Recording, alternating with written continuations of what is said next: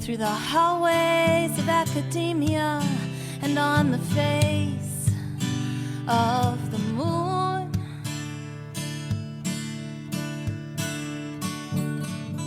The footprints of conquest haven't left us any room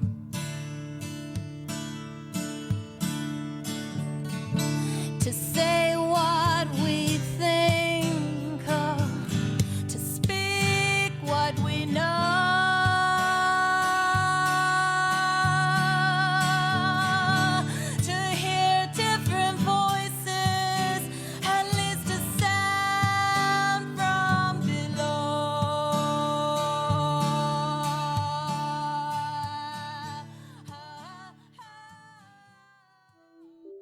Greetings, and welcome to the 48th edition podcast of Women's Liberation Radio News for this Thursday, April 2nd, 2020. This is Jenna DeQuardo, and these are some strange days we're living in, sisters. The past few weeks have been unsettling, to say the least. Thanks for tuning in to today's podcast. I hope you're doing well and keeping your paws clean. There are silver linings to be found in this crisis, and they can be easy to miss in the deluge of panic-inducing content major media is churning out.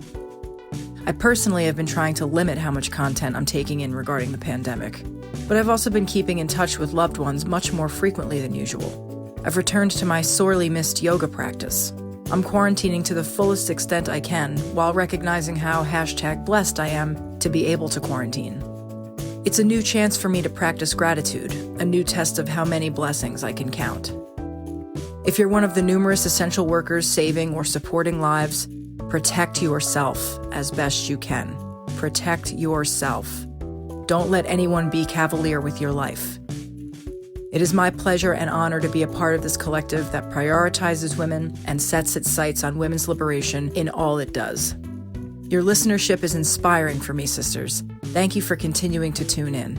Solidarity, strength in numbers, liberation for all women everywhere. This month's edition focuses on British feminists and feminism. We'll hear an excerpt of an interview Thistle did with Venice Allan, women's rights campaigner who helped to organize the recent Speaker's Corner event on March 8th, International Women's Day.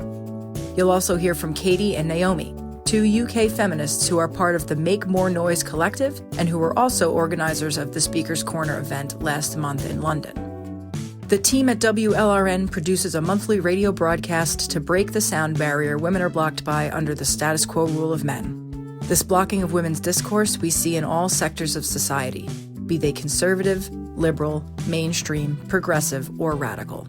The thread that runs through all of American politics, except for separatist feminism, is male dominance and entitlement in all spheres. To start off today's edition, here's Donna Vitalasova with women's news from around the globe for this Thursday, April 2nd, 2020.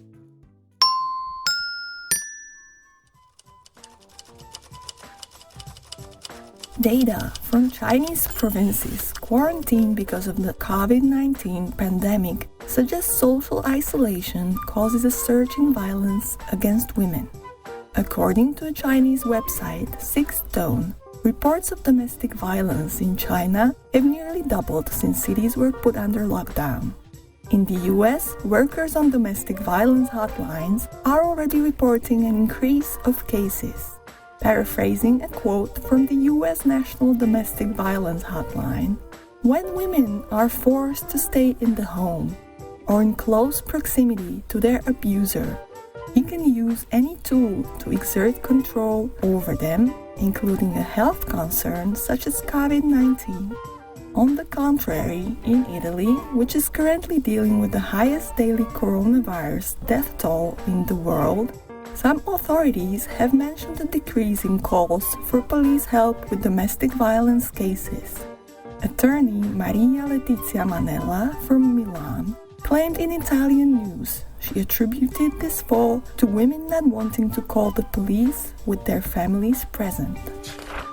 Young female and male trans activists volunteering as a security force at a Women's Day demonstration in Madrid attacked feminists who promoted the abolition of prostitution at the demonstration. According to feminists from Asamblea Abolicionista, For years, they have unsuccessfully been trying to get abolitionist demands on the agenda of the Women's Day demonstration organizer called 8M, which is a coalition of Spanish feminist assemblies.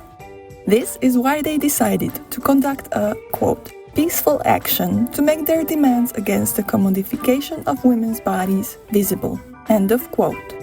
But as they moved with their banners to the stage, the security force blocked them, tried to take their banners, slashed the banners with razors, physically assaulted them, and shouted, quote, kill the turf, end of quote.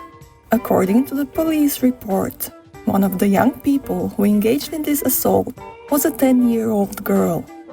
To stop the assaults, the police had to intervene. The organization, called 8M, has not published a condemnation of their security forces' behavior. 71% of British men under 40 said they had slapped, choked, gagged, or bitten a woman during sex, spat on her, or pulled her hair. These are the results of a survey commissioned by BBC Disclosure and BBC 5 Live. 1/3 of the respondents stated they did not ask the women whether they would like to be treated this way. More than half of the men admitted they were influenced by pornography. However, some men haven't found the real-life violence during sex enjoyable. A man nicknamed George by the BBC admitted in disappointment, quote, it never turns out the way it looks in porn, end of quote. While some male respondents describe unmet expectations, women subject to this treatment report feelings of shock, guilt, and shame, suggesting they are traumatized by this experience. One day after Women's Day, Labour Women's Declaration organized a meeting in London to condemn the signing of a pledge card from their Labour campaign for trans rights. As part of the pledge's text, organizations such as LGBT Alliance and Women's Place UK were called hate groups.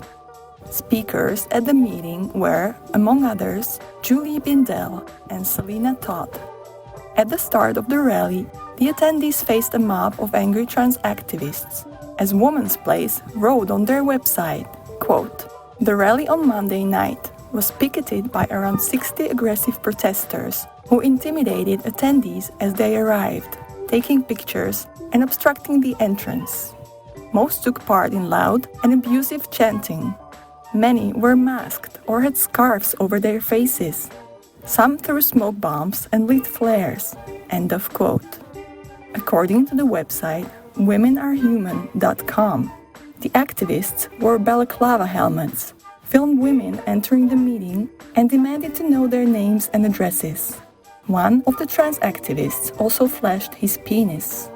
These picketers faced a backlash for their actions, mostly for setting off smoke bombs in close proximity to the site of the Grenfell Tower fire, in which 72 people died in June 2017. The organization that called the picket later apologized on their Twitter account for insensitivity to the victims and survivors of the Grenfell Tower fire. However, they failed to apologize for harassing the attendees. On International Women's Day, a mob of masked men attacked women demonstrating against violence against women in Bishkek, the capital of Kyrgyzstan. According to Al Jazeera, the attackers, quote, tore up the protesters' posters, popped balloons with toy pistols, and threw eggs at the women, end of quote. EurasiaNet reported that police failed to arrest the attackers and detained the attacked women instead. According to journalist Nurjamal Janibekova, 70 women were forcibly detained, loaded into waiting buses, and driven to a police station. The police stated they arrested the women because their demonstration was unauthorized. In fact, the Kyrgyz courts had banned the protest from happening, claiming coronavirus fears, but later reversed the ban. According to Janibekova, Women's March organizer Gulyaim Ayilchi said that during the two court hearings to consider the possibility of a ban, It became clear it was the event itself that was bothering the authorities. Quote, representatives from the City Hall said they did not like the slogan, "My body is my business." Using the COVID-19 outbreak as its reason, Ohio ordered abortion clinics to stop operating as part of a crackdown on quote-unquote non-essential or quote-unquote elective procedures. Pro-choice activists condemned this move, claiming abortions are essential procedures. Co-founder of #VoteProChoice, Heidi Seek, commented, quote, "It's insidious for anti-choice lawmakers to use a time of crisis to restrict abortion and reproductive care when every moment matters greatly to the patient's ability to access the service." End of quote. Ohio has had a long tradition of being one of the most anti-abortion states in the US. Just last year, the state passed the heartbeat bill, which intended to ban abortion around the time when a fetal heartbeat can be detected, roughly 6 weeks into pregnancy. Thankfully, at that time, a federal judge in Cincinnati issued an injunction preventing the ban from taking immediate effect. 4 men who, in 2012, brutally gang-raped a 23-year-old woman on a bus in India were hanged in Delhi. The victim, whose real name isn't publicly known, was given the name Nirbhaya by the press, which means fearless. In 2012, Nirbhaya was beaten, gang-raped, and tortured in a private bus in which she was traveling with her male friend. After this, the man left her on the roadside. She spent 2 weeks in hospital, fighting for her life, but succumbed to her injuries and died. All 6 perpetrators were arrested and charged. One of them supposedly committed suicide in prison, and another one, being underage, was sentenced to juvenile prison. The other 4 were sentenced to death. After years of these men trying to postpone the execution by various means, in March, the Indian authorities finally delivered justice. The Guardian reported Nirbhaya's mother's reaction to the execution. Quote, "As soon as I returned from Supreme Court, I hugged the picture of my daughter and said, 'Today you got justice.'" End of quote. Idaho is the first U.S. state to give a final legislative approval to a law that will keep sex-based distinctions in public schools and college sports teams. This will ensure that males will not be able to compete in all-female teams. The law states that, quote, "There are inherent differences between men and women. These inherent differences range from chromosomal and hormonal differences to physiological differences. The inherent physiological differences between males and females result in different athletic capabilities." End of quote. The world has already seen a few coronavirus recoveries by women in their 90s. In Seattle, a 90-year-old Geneva Wood recently made full recovery after getting infected in a nursing home. Geneva Wood was admitted to the nursing home after she suffered a stroke around Christmas. In 3 months, she regained the ability to walk, use her right arm, and talk. When she became infected with COVID-19, through glass pane, she said to her family, quote, "I'm going to fight this for my family and make everyone proud." End of quote. However, her health turned for the worse. Fearing death was approaching, she got her family to visit, dressed in protective suits, to say goodbye. Miraculously, she survived and, on top of that, has made a full recovery. Geneva Wood is not the only woman in her 90s to beat the corona. A 97-year-old woman recently recovered in South Korea, and in China, a 98-year-old woman was cured of COVID-19 at the beginning of March. That concludes WLRN's World News segment for Thursday, April 2nd, 2020. I'm Vitalasova. Share your news stories and tips with us by emailing WLRnewscontact feminists@gmail.com and letting us know what's going on.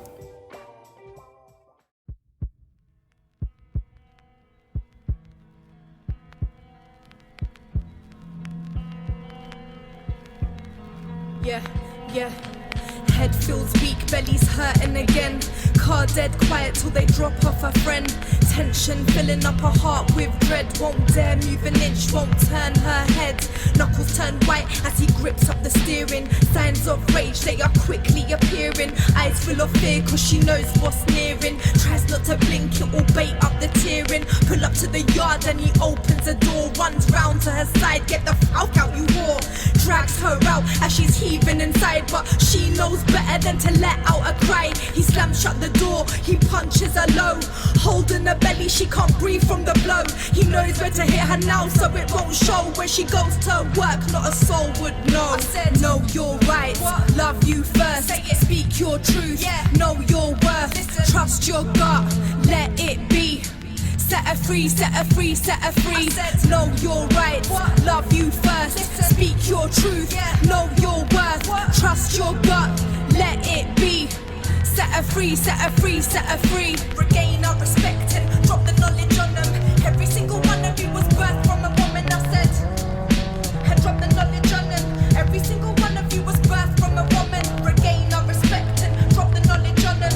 Every single one of you was birthed from a woman. Regain our respect and drop the knowledge on them. Drop the knowledge on them, I said drop the knowledge on them. How can a boy be remorseful when there's toys under the tree like Grand Theft Auto? Violence to women as if normal. So disillusioned by the images and pornos. Who is the object and who gets to be forceful? Who makes the money and who's at the top and more so? Who decides what's sexy and what is voluptuous? Is beauty in the eye of the beholder or presumptuous? It's all prevalent, we are not just skin on a skeleton. Women are intelligent inventors of medicine. The right to be president, fight to be relevant. Mother Nature is the root to all of your elements. Domestic violence on your own doorstep, one every minute, but what's not reported? Regain our respect and drop the knowledge on them. Every single one of you was birthed from a woman. Know your rights, love you first.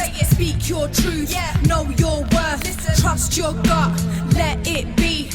Set her free, set her free, set her free. Know your rights, love you first. Speak your truth, know your worth. Trust your gut, let it be. Set her free, set her free, set her free. He pushed up on the mirror and he told her to watch. I didn't wife no hoe, but that's what I've got. That ring on your finger, it means that you're mine. Smiling at man in the club like I'm blind. Her makeup smudged from the tears that she sobbed. He forces her to take it, innocence robbed. She didn't even wanna go out in the first place. He said he'd make up for ruining her birthday. When did it change, man? When did she let him? Every night she cries, regretting that she met him. Too shook to leave, too shook to breathe, battling dignity that no one would believe, convincing herself that she does have a purpose. Hard when you're told daily that you're worthless. Could she leave? Could she run? This story may belong to any daughter or mum. I said, know your rights, love you first. Speak your truth, know your worth. Trust your gut, let it be. Set her free, set her free, set her free. Know your rights, love you first. Speak your truth, know your worth. Trust your gut, let it be. Set her free, set her free, set her free.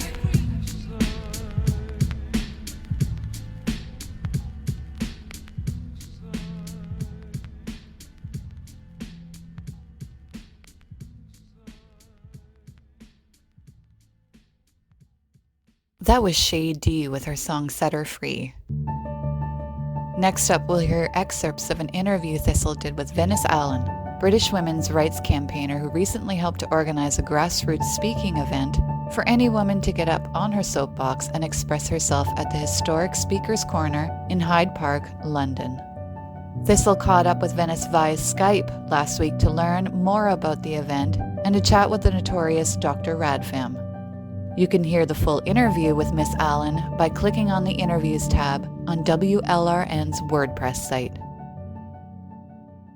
Can you introduce yourself to our listeners who may not be familiar with the work that you do, and just tell us a little bit about, who you are?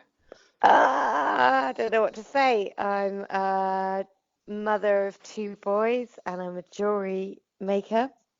And I have just been involved in, I'm just one of many British women who's been fighting the reforms to the Gender Recognition Act here in the UK for the last couple of years. And there's lots of different women all working on it from different angles.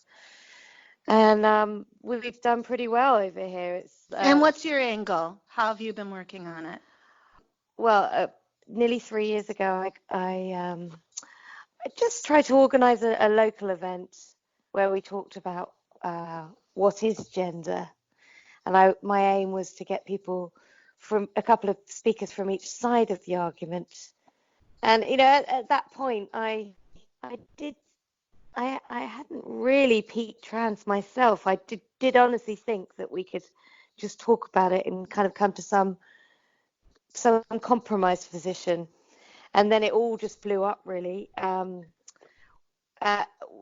venue got cancelled. Then we had to move to a different venue, and we met at Speaker's Corner, and a woman was, Maria McLaughlin, was hit to the ground by 3 young men who think they're women. And so I just kind of got thrown in the deep end, really. So that original speaking event, I think it was called, What is Gender? What is Gender? Right? The Gender Recognition Act and Beyond. Yeah, that we really specifically kicked off. Yeah, that really started a new. I just want to say that I feel like you and British women are the ones who kicked off the idea of holding events, speaking events, where there would be like a public debate. I tried in my town, upon somebody's suggestion, because the trans activists started coming down on me in 2013, 2014, so pretty early on. And somebody's suggestion was, well, you should hold a public debate, a talk about it. And I tried, and they wouldn't allow me to, the trans activists would not allow for there to be a public debate or discussion about it. So you really broke through that. And now it's I mean, we are and we aren't, like, still. I mean, I've organised, I think, around 10 events now, and lots of other groups and women have organised different events. I'd say there's probably been about 50 events in the last 3 years, 2.5 years since then in the UK. And still, you have to, have a secret venue which you release on the day.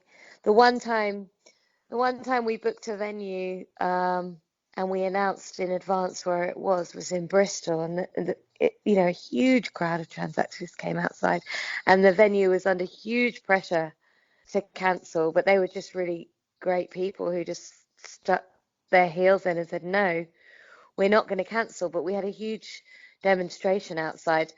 What was so interesting at the most recent event that we organised at Speaker's Corner again on Women's Day on the 8th of March, we didn't have any trans activists come. But the very next day, another group, Women's Place UK, had organised, no, it wasn't Women's Place UK, the Labour Women's Declaration had organised an event the following evening.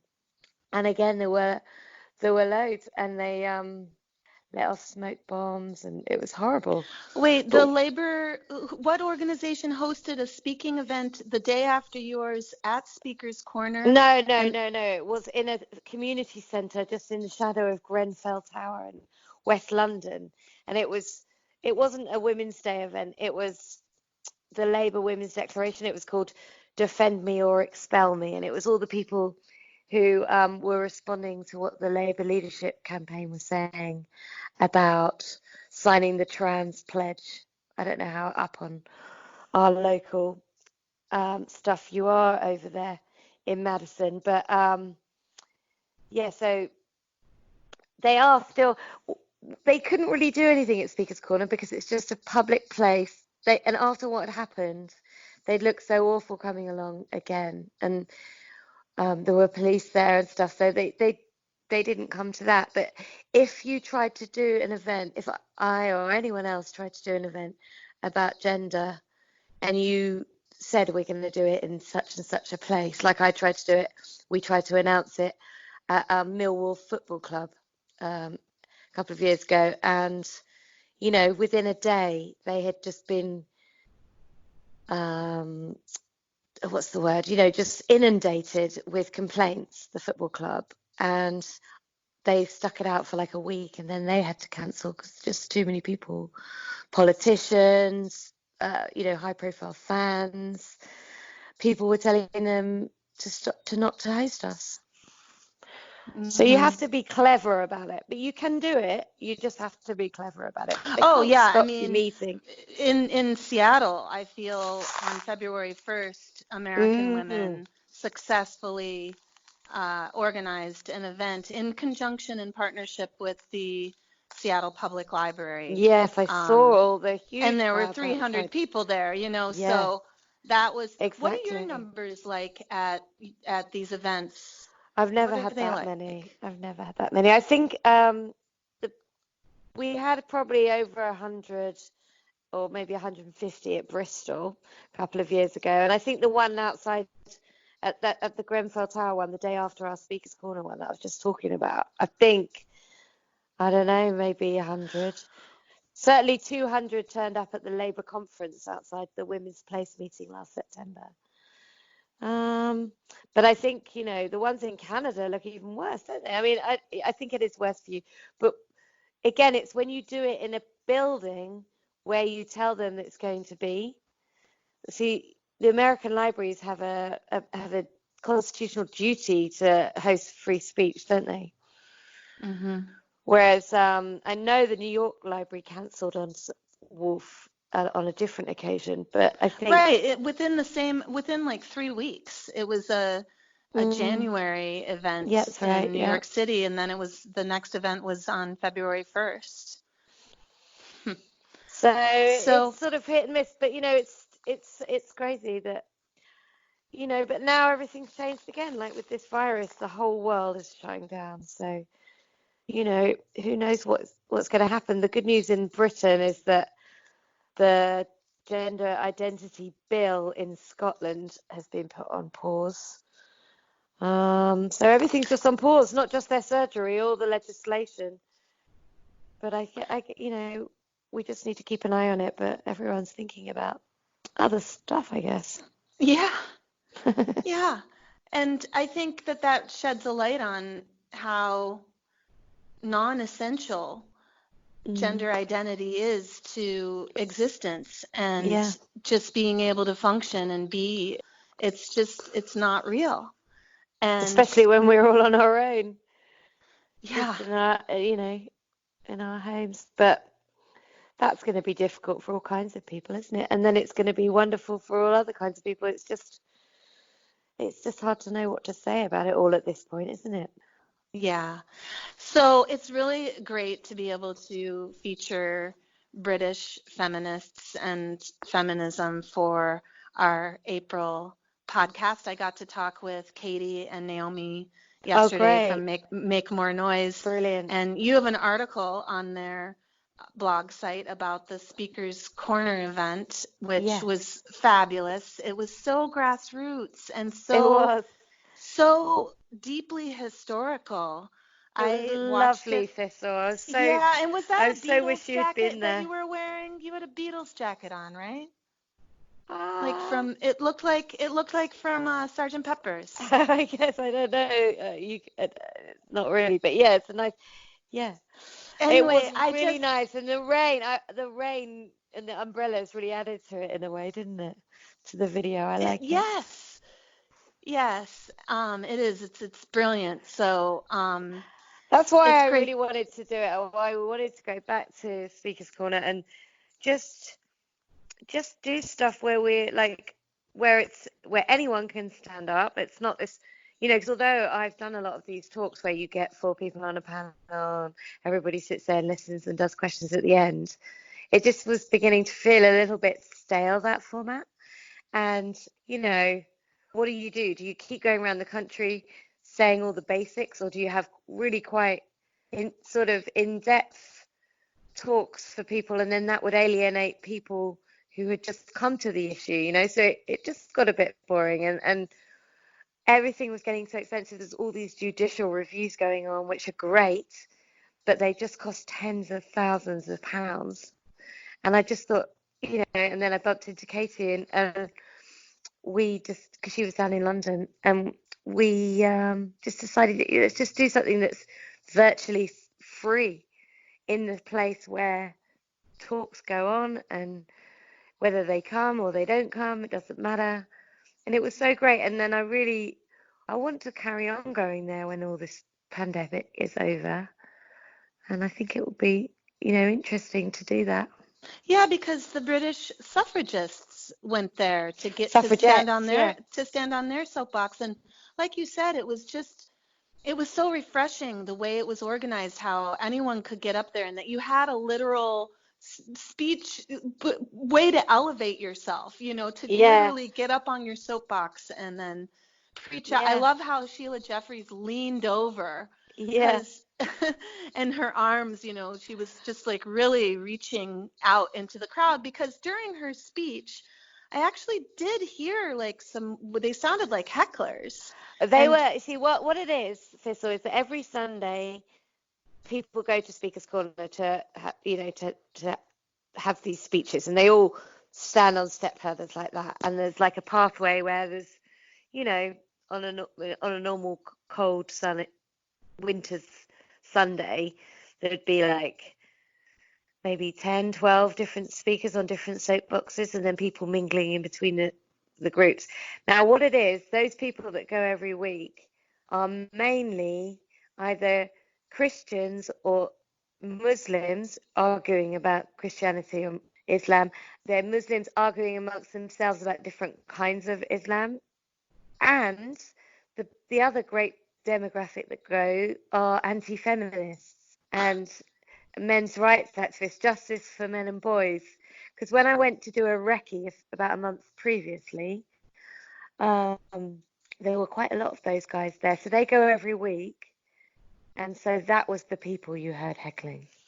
They weren't trans activists, they were actual men's rights activists. And they weren't actually trying to disrupt the talk a lot of the time, but they wanted to get their signs, anti-abortion signs and stuff in the cameras. Right. At one point I saw a fetus poster in the background, and I was like, oh God. But you know, it just goes to show you that it doesn't matter if they're trans activists or so-called men's rights activists or anti-abortion activists. All of them hate women. They're all woman haters. And so, it just goes to prove that there's no sector of our society, be it liberal, conservative, even radical, that really stands strong for women. It's always, the women's movement has always been characterized by women standing up for ourselves, because really, how can we trust any male-led and driven and created organizations? Right. Yeah. I mean, yeah, it's interesting, isn't it? How people get so angry at just women discussing being a woman and feminism. It really, really puts their backs up. Clearly. Yeah. I loved all the signage in the background in the video of just the black sign with the stark white lettering.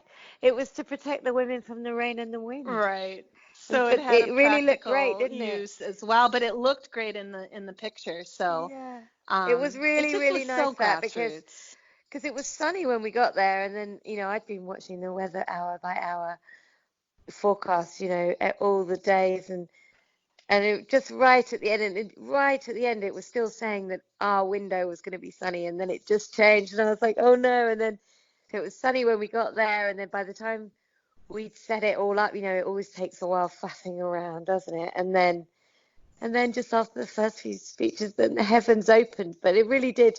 We all just kind of huddled closer. But the shame was that it was quite, you know, it was an hour and a half of speeches, and by the end of it, some of the women were really quite tired and cold and wet. Yeah. We were all going to go for a nice big photo by the where the reform tree stood, but we just went straight to the pub instead because it didn't Got seem it. fair. Yeah. We were all so Yeah. bedraggled. But yeah, it was very nice. And then afterwards, it was so nice.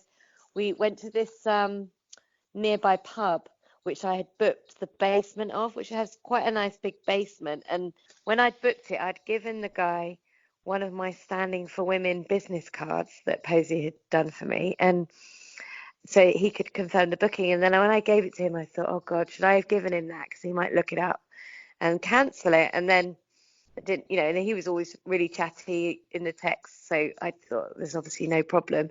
And then we got there and they were brilliant. And then I asked him, and then they must have made loads of money out of us because they were serving food and drinks and everybody stayed for ages, so quite a lot of people.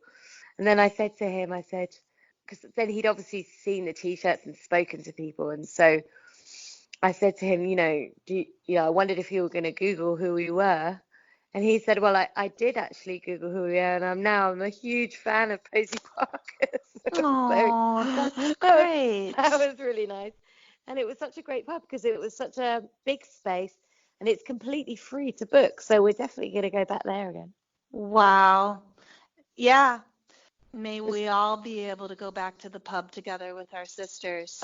We will. We will. I think what's going to happen here. I mean, obviously, actually, no, you're right. Let's best not say what we think is going to happen because we could be so proved wrong. But I think it will all be all right in the end. Well, I hold you in the pub in my heart, sister.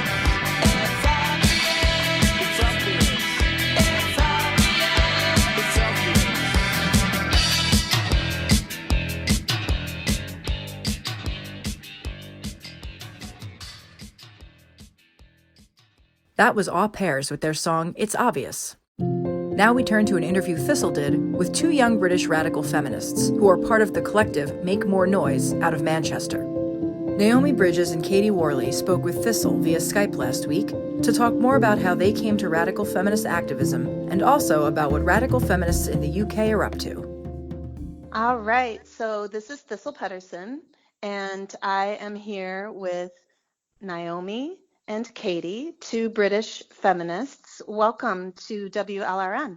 Thank you for having us. Yeah, thanks for taking the time to speak with us.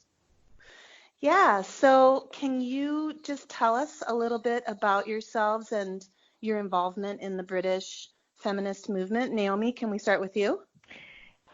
Sure, yes. So I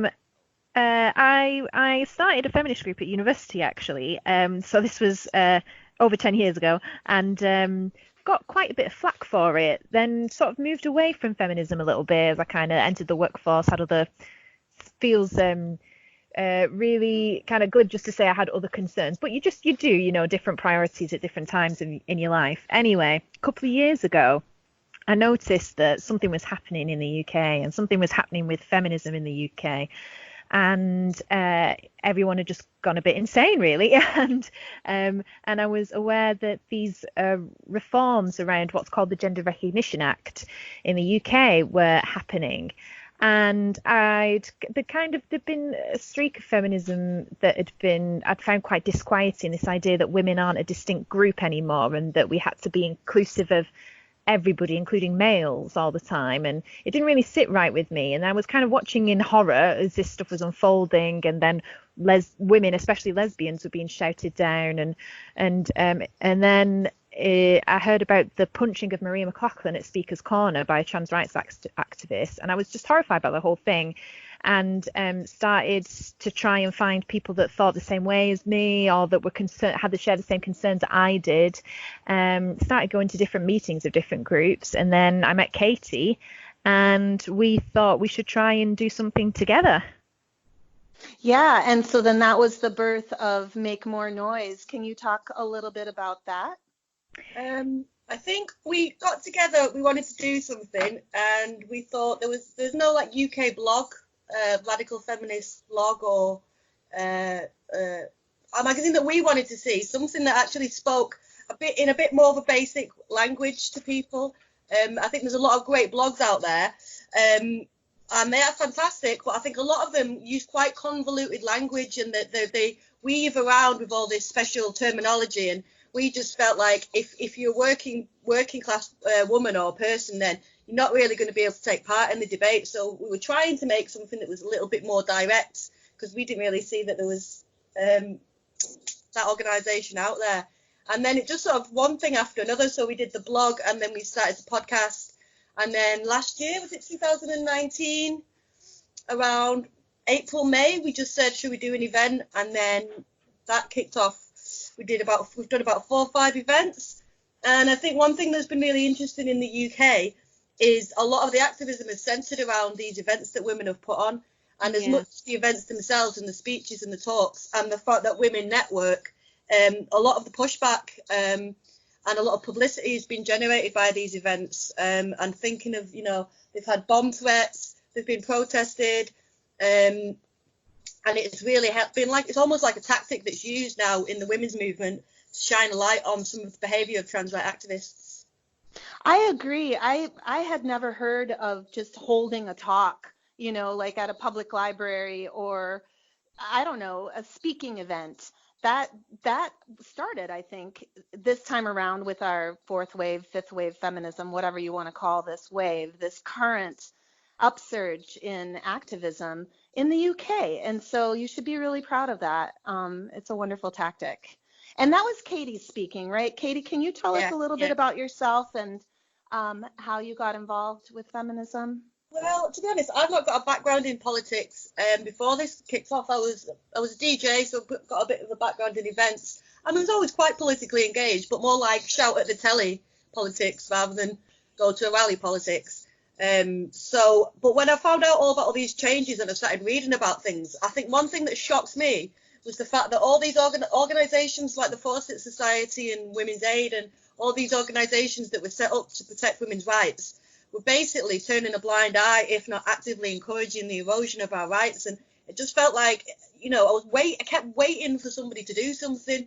And more my heroes kept saying ridiculous things, and I was losing a lot of respect for people. And it just eventually you just realise, no one's going to get you out of this mess. You can't just sit back and wait for the Labour Party to take an interest. You can't sit back and wait for the Human Rights Commission to take an interest. If you want to fight something, then you just got to start doing it yourself. And I think that's one of the good things about the UK movement, as it is. There's a lot of people who've never done anything like this before, who just thought, you know what, I've got to use whatever skills I've got to do something, I think that's something that we are lucky to have in the UK because we're such a small country, and so we have the advantage of actually being able to get to other events and stuff quite easily. Whether if you're in the north, there'll be events going on in northern cities. If you're in the south, there'll be events going on in London. If you're in Scotland, there are events going on in Edinburgh and Glasgow, and I think we have that advantage of being able to travel because we're all a lot closer to each other over here than you guys are over there.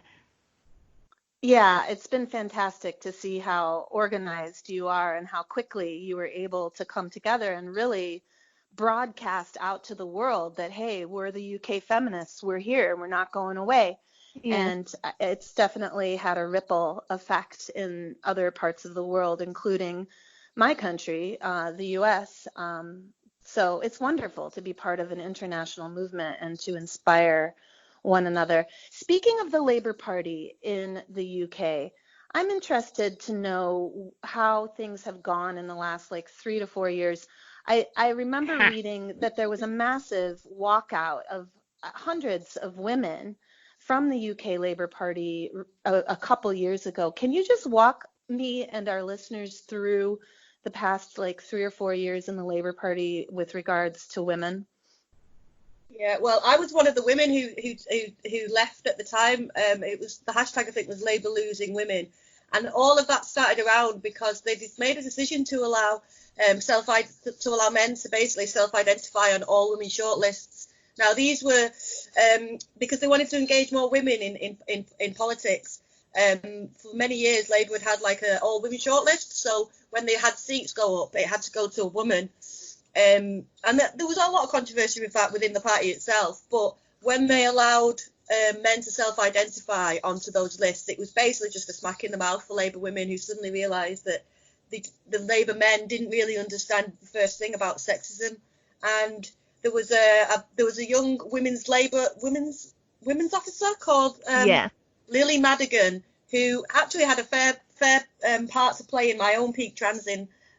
Because, just to see a schoolboy basically being given this role as if it was, what is womanhood? This boy can represent you as well as he's been a woman for 2 minutes. Do you know what I mean? And I think a lot of groups like Women's Place UK, they've been so successful because they're capitalising on the anger basically of women and lifelong trade unionists and socialists who are being told that they're now hateful bigots, and basically all of the work that they've ever done, not just for women, for other social justice causes, is just chucked out the window. And the abuse that you receive from so-called comrades is quite shocking and scary for a lot of women, and it's made them realise. I mean, a lot of it, what the radical lesbian separatists were saying in the 1980s, this is like an old fight between the socialist feminists and the radical feminists, is, that these men on the left still treat women like shit, basically, and don't understand that they oppress women in the same way that capitalists. Can you talk about your prime minister? I know it was Theresa May. Was she in the Labour Party, and is your current prime minister in the Labour Party? And what's the difference between the two of them regarding the Gender Recognition Act and all of this? So Theresa May is a Conservative Prime Minister, and so is our current Prime Minister Boris Johnson. So we've not actually had a Labour government since 2010. And very broadly speaking, we have the Conservative a right-wing party and the Labour are a left-wing party. But it was the Equalities Minister, Katie Maria? Is it Maria Miller, or did I make that up? No, it's Maria Miller. Maria Miller, yeah. And she proposed reforms to the Gender Recognition Act, and I think that the Tories probably did this as... Sorry, when you say Tories, do you mean the Conservative Party? Yes, it's a nickname for the Conservative Party, yeah. And the Conservative Party did this, I think, as just a gesture so they could be seen to be doing something progressive, and that it didn't really cost them much, and they just didn't think about it. They thought it would just be an easy thing that they could do that would make them look good. And then, and they just hadn't thought about it really. So it was actually... These gender recognition reforms were tabled by the Conservatives, not by Labour, but Labour fully supported them. And And yeah, as Katie mentioned, they'd been doing all this other self-ID stuff within the party where men can just self-identify as women without any of the formal legal obligations that you have to fulfill, like getting a gender recognition certificate that shows that you can be a different sex under law. I think another thing was a lot of the men who identified as women ended up saying disgusting things about women. Suck my balls, and behaving like very much entitled misogynistic men, and not only men who actually seem to actively hate women. And this is something that's now the Tories are shelving the plans. They've decided to basically kick it into the long grass. But the Labour Party has again, it just seems to be like in a purity spiral. It signed a pledge that's demanding to expel from the party everybody who's a member of Women's Place UK or the LGB Alliance. These are a couple of groups again who formed to campaign against gender recognition and self-ID reforms. So it feels in a strange position where the Conservatives seem to have more care for women's rights than the Labour Party, and people on the left are the ones who are sort of actively encouraging this climate of terror against women and feminists. But Theresa May was very much in favor of the reforms to the Gender Recognition Act, right? But now it's tabled under Boris Johnson. I mean, she was in favor as much as any political leader is just in favor of something that they think will make them look good. I honestly don't think she'd ever thought about it. I think she was just in favor of it because it was something that they felt that they could do that wouldn't really mean anything or do anything and would make them look good. Yeah, I mean, I think a lot of the reason why the plans have been shelved is because of how effective the campaign was. Fair Play for Women is a campaign group who managed to mobilise lots of, basically a leafleting campaign. Women would go out into every Friday and Saturday in the town centres and just tell people about the plans, because most people have no idea, and when you tell them about it, they're shocked. So I think a lot of that is actually due to the fact of the mobilisation from women, and it's made the Tory party stop and look at it and think, this is probably not going to be the vote winner that we thought it was. But again, I think but are they actual allies to women? I mean, it's one thing to table it and table it and say we're not interested in pursuing this any further, but it's another thing to actually be an ally to women. Can you talk about that? Yeah, I think they've tabled it not out of, as you rightly point out, not out of an obligation of doing the right thing for women. They've tabled it because they've realised it's going to be more trouble than it's worth, because we have mounted quite a successful campaign against it.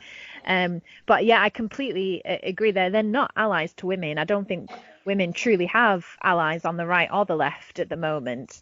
And the Conservatives definitely pushed through a lot of legislation that isn't very kind to women at all. So I think it's right to point out that even though they've tabled these reforms that were damaging to women, it doesn't necessarily mean that the Conservatives are on the side of women. I think that a lot of it is they've seen that it's a wedge issue in the left, and they're exploiting it. They're canny politicians, and they've seen what it does in leftist circles everywhere, where trans right activism seems to, even in small groups, like in Facebook groups about, being a chess group, and suddenly... Yeah, a reading club, yeah.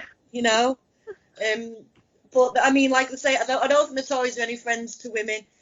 They instituted an austerity programme which cuts back to social welfare, and 86% of those cuts were directed at women. So women have lost a lot of support from since I think the Tories got in 2010. So a lot has been taken, and I think that it is good to remember. I mean, you're in a rock and a hard place, basically.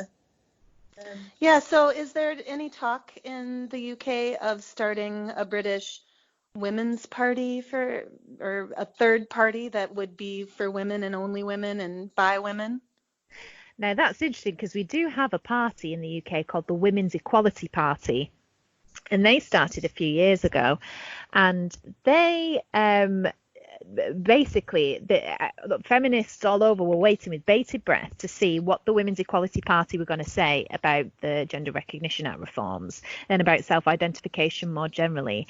And loads of feminists were deeply, deeply disappointed by the Women's Equality Party response. because they just got very mealy-mouthed about the whole thing. And then, who was the leader at the time? Was it Sophie Walker? Sophie Walker, yes. Yeah. Yeah, and she did go to a Women's Place meeting, didn't she? And she made notes. But then, God, what did they come out with that statement? They said, God, it was something. They came out with a statement basically not saying like here or there what they were going to do or what they believed. And trying to sit on the fence and both sides. Are they still sitting on the fence? I don't know. No one really pays attention. Nobody talks about it. Okay. It's just, do they even exist anymore? I mean, you said they started back in 2010. They do, but I think people spent a lot of time trying to convince them that they needed to change their policies, and they haven't managed to as yet. I don't know. Are you following them? What are Women's Place UK up to, Naomi? Do you mean Women's Equality Party? Oh, there you go. I can't remember the name. Yeah, Women's Equality Party. I actually don't know because I've not followed them because they've just been so mealy-mouthed about everything, and that I think. And I don't think they're big enough or strong enough to really be a party for women as well. I think if women want to really enact change, I don't know what the answer is, but I think probably going to have to work with the tools that we have, i.e. working with the bigger parties and trying to get them to understand, because I think, it's going to be a long time before we see any sort of majority government of leftists. Well, I think that there's some interesting moves. There's the Women's Labour Declaration was launched, and there's a similar one from the Liberal Democrats, the Green Party, and the Conservatives. So women within those parties are trying to work together to sort of put forward this platform and to show that this is an issue which doesn't matter which side of the political spectrum you're on. We all have concerns, and we're united by our by the fact that we're females, and our sex-based rights are under threat. So I think there might be some interesting movements in the next year or so, but I don't think there's any plans to split off and form a new sort of radical or, that thing that is that Katie speaking? Yes. That thing that you were just talking about, that what we call is bipartisan, women from different parties forming a group. What is that exactly? What are they calling themselves? I think they've got a name as yet. They've all basically asked the party to sign up to like a women's declaration, which is a set of beliefs which basically asking people to recognise that our rights are sort of sex-based and make pledges to uphold sex-based rights, extend them, and basically just listen and hear our concerns, because that's the thing that debate's been shut down and we're not able to have a discussion. But again, I think it's really difficult in the UK because the parliamentary system, it's the first past the post, so there's very little collaboration between the political parties. It's just the winner takes it all and everybody else just gets in line. So you almost have like a dictatorship where whichever party's in power gets to make all the decisions. I know the situation's a little bit different in Scotland, and they've managed to be a bit more successful in lobbying for change. They've actually seemed to got through to some Scottish Nationalist Party politicians, Scottish Nationalists, the SNP, Scottish Nationalist Party, are in power in Scotland at the moment, and that is a broad-based coalition. It's got Conservative members and Liberal and Socialist members, so they're sort of used to dealing with things in that way, and I think they've been a bit more successful in lobbying for change and for to get an ear to the government. Okay. So what else would you like to tell our listeners about your work in the UK? What are some goals that you have as radical and lesbian feminists for the future? And then obviously that brings up the time that I'm doing this interview with you is the time of the virus, and how you think that is going to be impacting how feminists in the UK organize and function.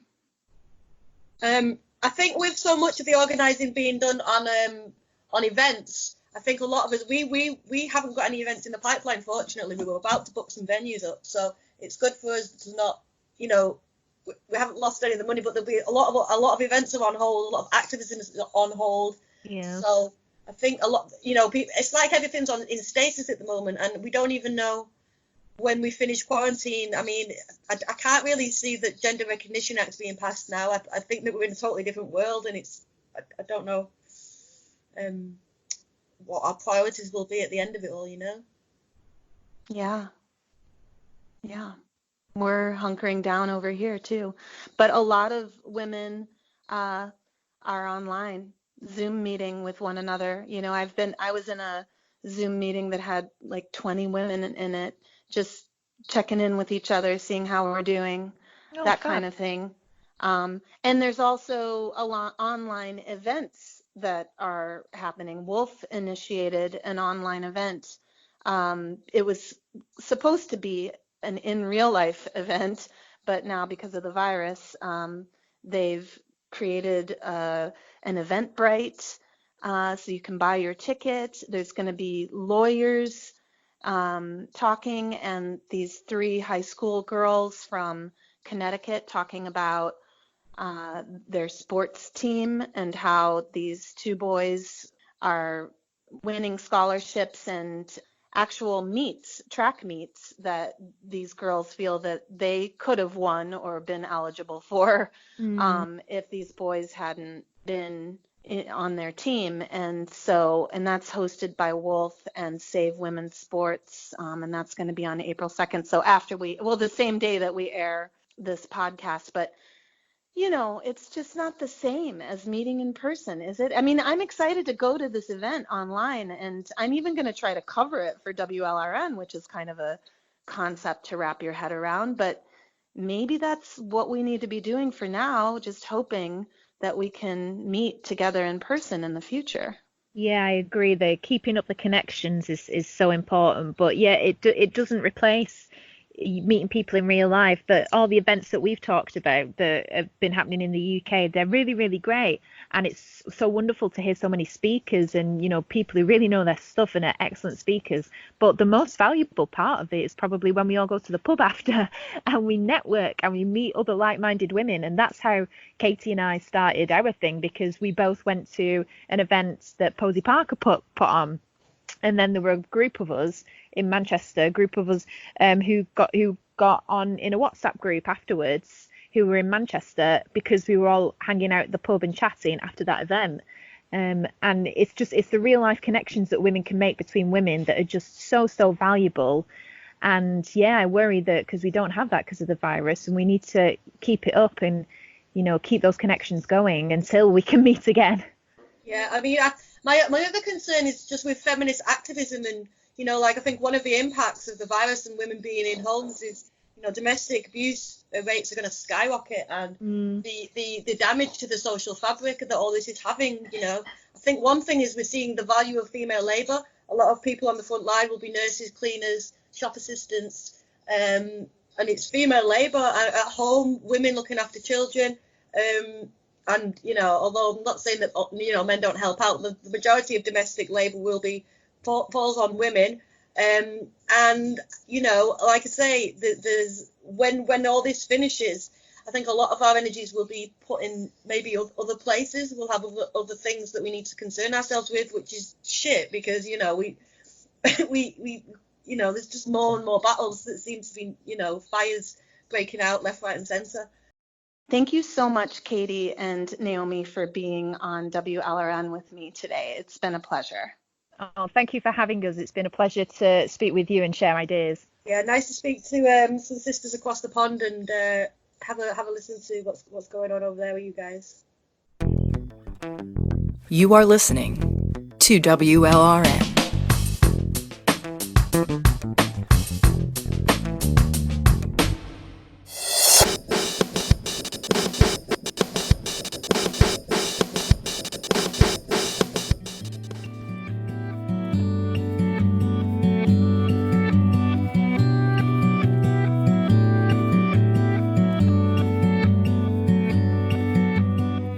If you had told British women 20 years ago that they would one day face criminal charges for calling a man, they would have dismissed you as crazy.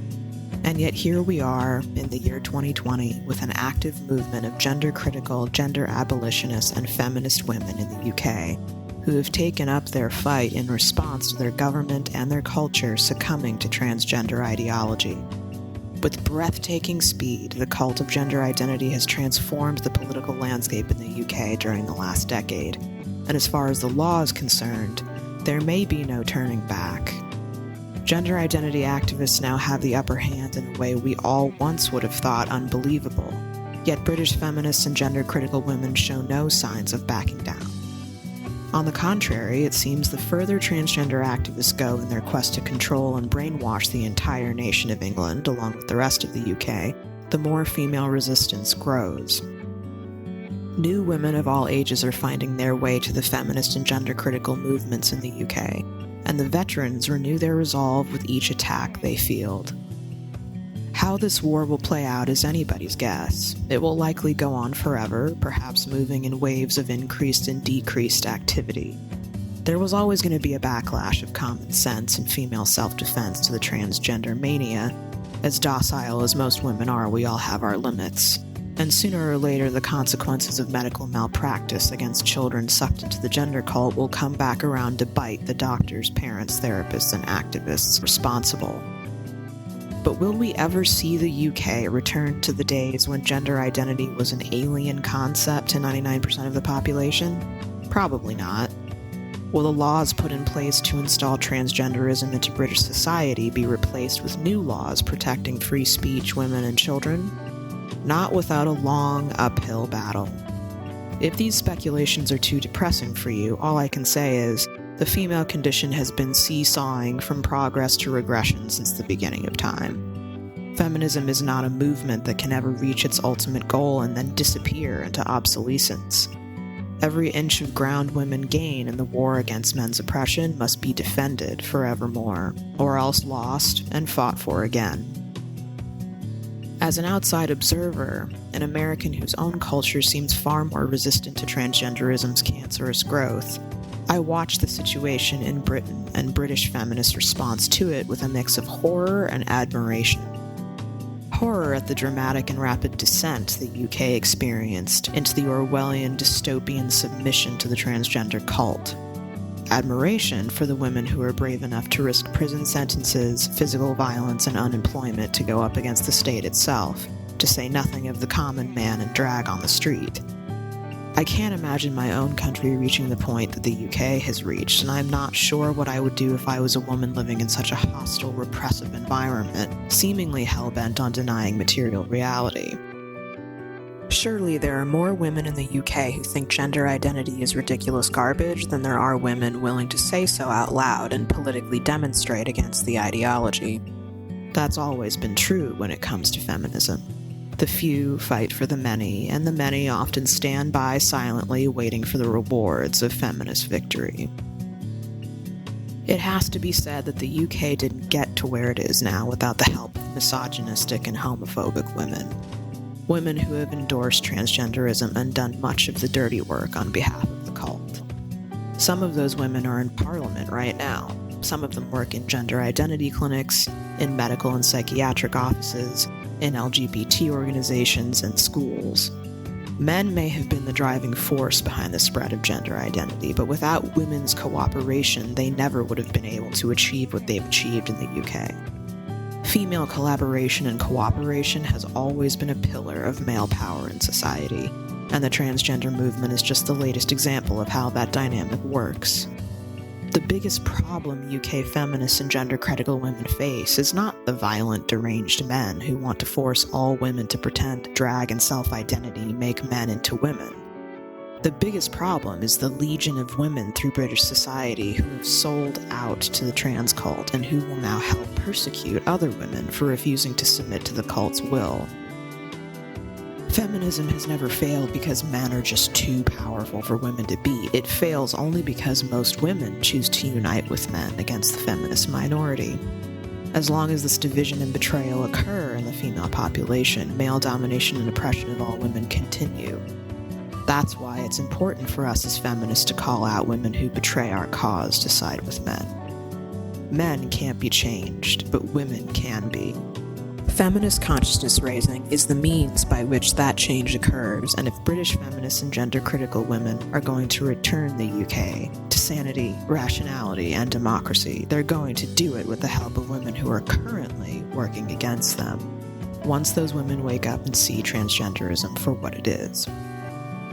For now, British feminists and gender-critical women are doing what they can, and while it might not seem like much, it's the difference between a British society where female humanity might be recognized and a British society thrust back into the past, where women and girls had no rights or legal protections whatsoever.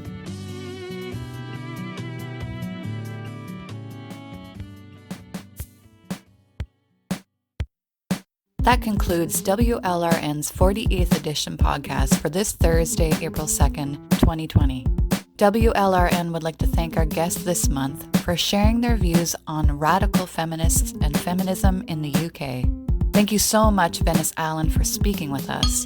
And thanks to Katie Worley and Naomi Bridges of Make More Noise also for speaking with us and sharing their views. This is April No. Thanks for tuning in to WLRN. If you like what you're hearing and would like to donate to the cause of feminist community radio, please visit our WordPress site and click on the donate button. Check out our merch tab to get a nice gift in exchange for your donation. It's thanks to our listener sponsors like you that we can keep moving forward as a collective of media activist women. So thank you for your support. Every little bit helps. This is Thistle Pedersen signing off for now. Stay safe, sisters. And I am Jenna Vitalasova. Thanks for tuning in.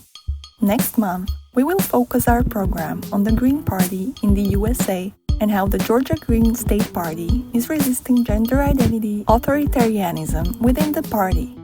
Our handcrafted podcast always come out the first Thursday of the month, so look for it on Thursday, May 7th, which will be a full moon, and also the 4-year anniversary of WLRN working together as a collective to bring you the news. If you'd like to receive our newsletter that notifies you when each podcast, music show, and interview are released, please sign up for our newsletter on the WLRN WordPress site. Stay strong in the struggle, and thanks for listening. This is Sekhmet She-Owl signing off on another edition of WLRN's monthly handcrafted podcast. You can find us on Twitter, Spinster, Instagram, Facebook, Tumblr, and SoundCloud, in addition to our WordPress site. Thanks for listening. And this is Jenna DeQuardo. Our monthly podcasts are always crafted with tender loving care and in solidarity with women worldwide. WLRN is a remote operation and will be continuing to bring you women's news from around the globe, interviews that matter, and thoughtful radical feminist commentary throughout the pandemic and beyond. We are your community radio station. Share news stories and tips with us by emailing WLRnewscontact@gmail.com. Before we end, I want to give a shout out to our 3 newest volunteers that have been producing our podcast transcripts, Charlotte, Teha, and Siobhan. You women are awesome. Thank you so much for dedicating your time to help WLRN achieve our goal of content accessibility. And thank you, dear listener, for tuning in and supporting grassroots, feminist, independent media. Please comment, like, and share widely. But how will we find our way out of this? What is the antidote for the patriarchal kiss? How will we find what needs to be shown? And then after that, where is home? Tell me, where is my home?